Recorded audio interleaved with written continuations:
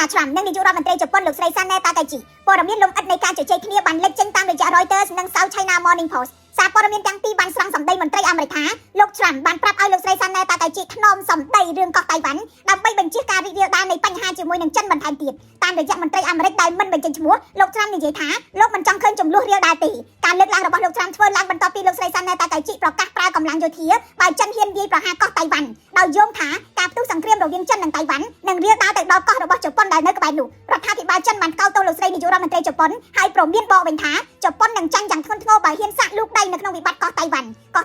ដែលចិនអះអាងថាជាទឹកដីរបស់ខ្លួនរាប់សិបឆ្នាំមកហើយដោយមើលឃើញស្ថានភាពមិនស្រួលលោកស៊ីជីនពីងបានបោះដៃរកអាមេរិកដើម្បីចង់ឲ្យអាមេរិកទប់ស្កាត់ជប៉ុនបញ្ជាការលូកដៃចូលជើងនៅក្នុងកិច្ចការចិនតៃវ៉ាន់និងអាមេរិកមិនចង់ឲ្យជប៉ុនចូលព្រោះចិនបារម្ភថាបើមានការប៉ះទង្គិចគ្នាអាមេរិកអាចប្រើមូលដ្ឋានទ័ពនៅជប៉ុនដែលនឹងធ្វើឲ្យចិនចាញ់ប្រៀបនៅជប៉ុនអាមេរិកមានមីស៊ីលរយៈចម្ងាយឆ្ងាយដូចជា Tomahawk និង SM-6 បូករួមទាំងយន្តហោះចម្បាំង F-35 នាវាចម្បាំងនិងកងកម្លាំងចំនួន 55,000 នាក់នេះបើយោងទៅតាម Reuters អាវុធទាំងអស់នៅជប៉ុនអាចឲ្យអាមេរិកការពារទឹកដីជប៉ុនការពារផ្លូវសមុទ្រពីសមុទ្រចិនខាងកើតរហូតដល់សមុទ្រហ្វីលីពីននិងគ្រប់គ្រងសម្ព័ន្ធមិត្តបានយ៉ាងឆាប់រហ័សប្រសិនបើតៃវ៉ាន់ឬក៏ឧបទ្វីបកូរ៉េប្រឈមទៅនឹងចំនួនទោះយ៉ាងណាអាមេរិកប្រាប់ឲ្យជប៉ុនបន្ធូរដៃនៅពេលនេះគឺស្របពេលអាមេរិកនិងចិនកំពុងតែផ្សះផ្សាទំនាក់ទំនងឡើងវិញដើម្បីផលចំណេញពាណិជ្ជកម្មសមាជិកសភាជាន់ខ្ពស់ពីររូបនៃគណៈបកកណ្ដាលអំណាចជប៉ុននិយាយថាពួកគេចង់លើចំហរបស់ត្រាំដោយផ្ទាល់ហើយសង្ឃឹមថាជប៉ុននឹងទទួល